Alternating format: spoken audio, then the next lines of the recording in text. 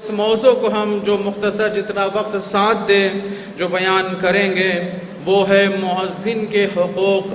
واقعاً جامع میں مؤذن کی اہمیت، عظمت کیسے ہونا چاہیے، تو سب سے پہلے انسان یہ دیکھے مؤذن کی عظمت اور اہمیت کو جاننے سے پہلے انسان کہ یہ جو مؤذن اذان دے رہا ہے واقعاً یہ اذان کیا ہے، اذان کی فضیلت کیا ہے، اذان کس کو کہتے ہیں۔ اگر اس پر غور کریں تو لا محالہ انسان فوراً مؤذن کا احترام خود بخود کرنے لگتا ہے۔ اذان اظہار اعلان عبودیت پروردگار ہے، جس طریقے سے پروردگار عالم سورہ حج میں جناب ابراہیم علیہ السلام سے فرماتا ہے، اے ابراہیم تم اعلان کرو حج کے حوالے سے۔ کیوں بتا رہا ہے کہ اعلان کرو؟ اس لیے کہ سارے لوگ جگہ جگہ سے آ کر یہ جو عمل ہے حج کا اس کو انجام دیں۔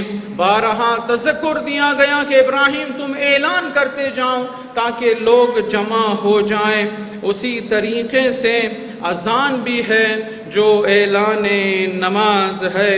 یہاں تک کہ اذان اور اقامے کے حوالے سے بعض مجتہدین نے روایات کو مد نظر رکھتے ہوئے واجب کہا ہے، بعض جو ہے فقہاء واجب تک جو بیان کیا ہے، بعض جو اکثر جو بیان کیے ہیں وہ مستحب اذان، مستحب موقت جسے تاکید بہت کی گئی ہے۔ یہاں تک کہ علماء بیان کرتے ہیں اگر کوئی انسان اذان اور اقامت کے بغیر نماز کو شروع کر دیا ہو، اتنی اہمیت اذان اور اقامت کی ہے کہ انسان پہلی رکعت کے رکوع سے پہلے یاد آ جائے کہ میں نے اذان اور اقامت نہیں دی ہے، پہلی رکعت کے رکوع سے پہلے نماز کو توڑ کے انسان اذان اور اقامت دے، پھر انسان دوبارہ نماز کو شروع کرے۔ اتنی اہمیت، حالانکہ مستحب عمل ہے لیکن اتنی تاکید جو اذان کے حوالے سے بیان کیا گیا ہے۔ سوچیں رسول اسلام فرماتے ہیں کہ جب شیطان اذان سنتا ہے تو فوراً بھاگ جاتا ہے، فرشتے اذان کی آواز کے منتظر رہتے ہیں۔ اذان جس طریقے سے بتایا مستحب ہے، واجب نمازوں کے لیے چاہے آپ نماز فرادہ پڑھو چاہے نماز جماعت کے ساتھ پڑھو، اگر جماعت میں انسان تھوڑا دیر پہنچ رہا ہے اس کی گردن سے خود بخود اذان اور اقامت ساقط ہے، چونکہ جماعت کی فضیلت، جماعت کی عظمت کو مد نظر رکھتے ہوئے۔ لیکن جہاں انسان فرادہ پڑھنا چاہتا ہے اذان دے، جس ٹائم بھی ہو اقامت دے، اس کی اہمیت اور عظمت بہت ہے۔ یہاں تک کہ بتایا گیا کہ جب انسان اذان اور اقامت دے کر نماز پڑھے گا اتنے فرشتے پروردگار عالم اس انسان کے پیچھے بھیج دیتا ہے کہ کوئی شمار نہیں کر سکتا۔ یہ اذان اور اقامت کی اہمیت ہے۔ یہاں تک کہ روایت میں ہے کہ اگر انسان اذان نہیں بلکہ اقامت دے کے نماز پڑھ رہا ہو تو اس کے پیچھے ایک فرشتہ آ کر نماز پیچھے پڑھتا ہے۔ یہاں تک کہ جب مؤذن اذان دے تو جتنے آواز جائے گی اتنے تک فرشتے استغفار کرتے رہتے ہیں۔ اب آئیے انسان جب اتنی اذان ایسے عظمت اور احترام، اتنی اہمیت بتائیں، اتنی فضیلت ہے، اذان کی برکتیں سنیں روایات کی روشنی میں۔ آج شیطان گھروں پر حملے کر چکے ہیں، طرح طرح سے شیطان حملہ کرتا جا رہا ہے۔ ہم لوگ جو صحیح راستہ ہے اس کو موڑ کے ہم عاملوں کی طرف جا رہے ہیں، نہ جانے کس کی طرف ہم جا رہے ہیں، ادھر ادھر کی زندگی کو گزار رہے ہیں۔ چاہتے ہو گھروں میں سکون نہیں ہے، اولاد نہیں ہے، پریشانیاں ہیں، گھروں میں فساد برپا ہو رہا ہے، بربادیاں زیادہ آ رہی ہیں۔ روایت میں معصوم فرماتے ہیں، کہتے اصول کافی میں مولا امام صادق علیہ السلام فرماتے ہیں کہ گھر میں اذان دو، اس لیے کہ شیطان گھروں سے دور ہو جاتا ہے۔ اس لیے کہا گیا کہ جب بچوں کی ولادت ہو ایک کان میں اذان دو دوسرے کان میں اقامت دو، اس لیے کہ شیطان اس بچے پر قابض نہ ہو سکے۔ یہاں تک کہ روایت میں ہے کہ جب جن سے انسان کو خوف اور ڈر ہو تو انسان تنہائی میں اذان دے، جب زندگی میں مشکلات ہوں انسان اذان دے، اولاد نہ ہو انسان اذان دے، انسان غمزدہ پریشان مشکلات میں گر چکا ہے، روایت میں ہے کہ انسان اذان دے۔ اذان کی بہت برکتیں ہیں۔ جب اتنے سارے سسٹم جو اسلام روایات میں بیان کیا گیا ہے، مولانا کیا مسجد میں آ کر اذان دیں، کیا باہر کھڑے ہو کے اذان دیں؟ نہ، اگر آپ گھر میں پریشانی دیکھ رہے ہیں، گھر تکالیف میں گزر رہا ہے، زندگی پریشانیوں میں ہے، اولاد نہیں ہو رہی ہے، کوئی پریشانی دیکھ رہے ہیں، گھر کے کونے میں کھڑے ہو جاؤ، آہستہ سے اپنے معبود حقیقی سے جڑ جاؤ، اب کہو بسم اللہ الرحمن الرحیم، اللہ اکبر، آہستہ سے آواز دے دو، پروردگار کی بارگاہ میں کھڑے ہو جاؤ۔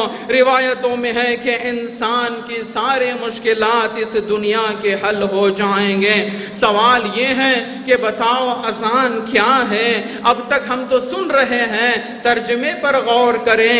تعظیم الہی ہے، اقرار وحدانیت انسان شروع کرتا ہے، شہادت رسول دیتا ہے اور انسان شہادت ولایت دیتا ہے، انسان کو نماز کی طرف بلایا جاتا ہے، خیر کی دعوت دی جاتی ہے۔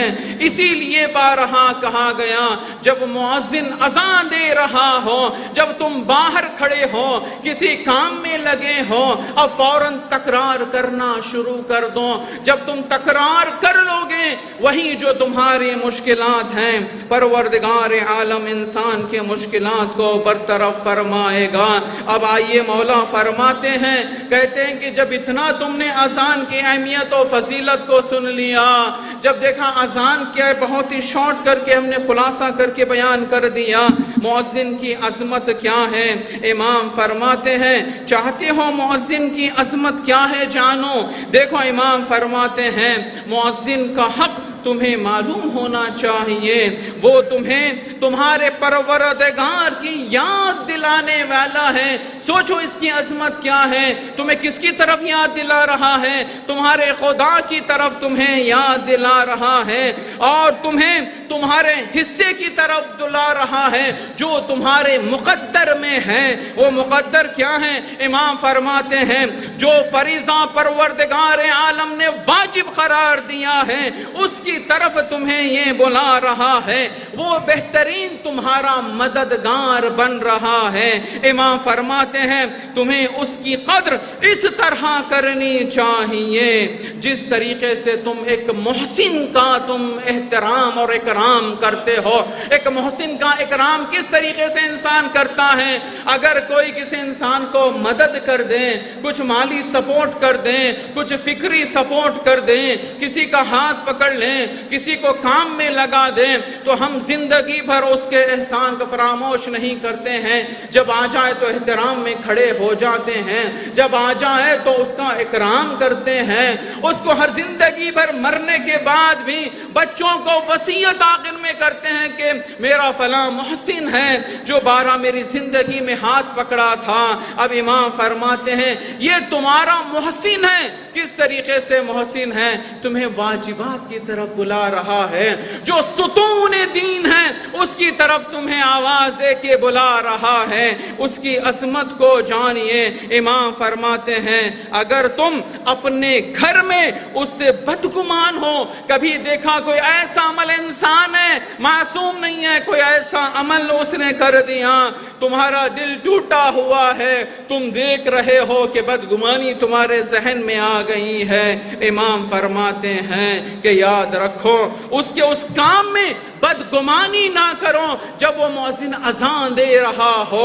کیوں؟ اس لیے تمہیں خدا کی طرف بلا رہا ہے. جو وہ خدا کے لیے جو تمہیں بلا رہا ہے، تم یہ جان لو، اچھی طرح سے تم جانتے ہو، یہ خدا کی طرف سے تمہارے لیے ایک نعمت پروردگار نے دی ہے. وہ نعمت کیا ہے؟ جب نعمت انسان کو ملتی ہے، ہمیشہ شکر پروردگار انسان بجا لاتا ہے، کوشش کرتا ہے کہ پروردگار نے فلاں نعمت دی، میں شکریہ ادا کروں. امام فرماتے ہیں یہ مؤذن ایک نعمت الہی ہے، پروردگار کی طرف سے ایک نعمت ہے جو تمہیں پروردگار نے نوازا ہے. تم نعمتوں کا شکریہ ادا کرتے ہو، اسی طریقے سے اس مؤذن کا شکریہ ادا کرو. یہ امام فرماتے ہیں. اب آئیے، جب اتنے چیزیں امام اور روایات کے حوالے سے ہم نے سن لیا، یہاں تک کہ روایتوں میں ہے کہ 1 سال اگر کوئی لگاتار مؤذن اذان دے دے اس پر جنت واجب ہو جاتی ہے. اتنا مقام ہے. 7 سال اگر کوئی لگاتار مؤذن اذان دے دے، 10 سال لگاتار مؤذن کسی مسجد کا بن جائے. روایتوں میں ہے، میں رات پڑھ رہا تھا، 40,000 گنہگار لوگوں کی وہ شفاعت کر سکتا ہے. اتنی اہمیت ہے. تو اب سوچئے، اسلام کہتا ہے جب اتنا ہے، ایک محسن کے ساتھ تمہارا رویہ کیسے ہوتا ہے؟ ایک نعمت جو پروردگار نے دی ہے اس کا جو رویہ کیسے ہوتا ہے؟ آئیے روایات سنیں. اب جب تم اتنا فضیلت سمجھ رہے ہو تو کچھ تو جان لو. اب ہمارا حق اس کے، ہماری گردن پر اس کا حق کیا بنتا ہے؟ روایتوں میں ہے جب وہ تمہارا احسان محسن ہے تو سب سے پہلے ہماری گردن پر ہے کہ مؤذن کا شکریہ ادا کرو. شکریہ کیا؟ یہاں تک محسن کا شکریہ ادا کرتے ہو، اس مؤذن کا بھی شکریہ ادا کرو کہ تمہیں واجبات کی طرف بلاتا ہے. روایت میں ہے مؤذن جو مسجد کا ہے اس کا انسان احترام کریں، لیکن افسوس کا مقام یہ ہے جامع میں اس کو حقیر سمجھا جاتا ہے. احترام تو دور کی بات، یہاں تک کہ تحقیر کی نگاہ سے اس کو دیکھا جاتا ہے.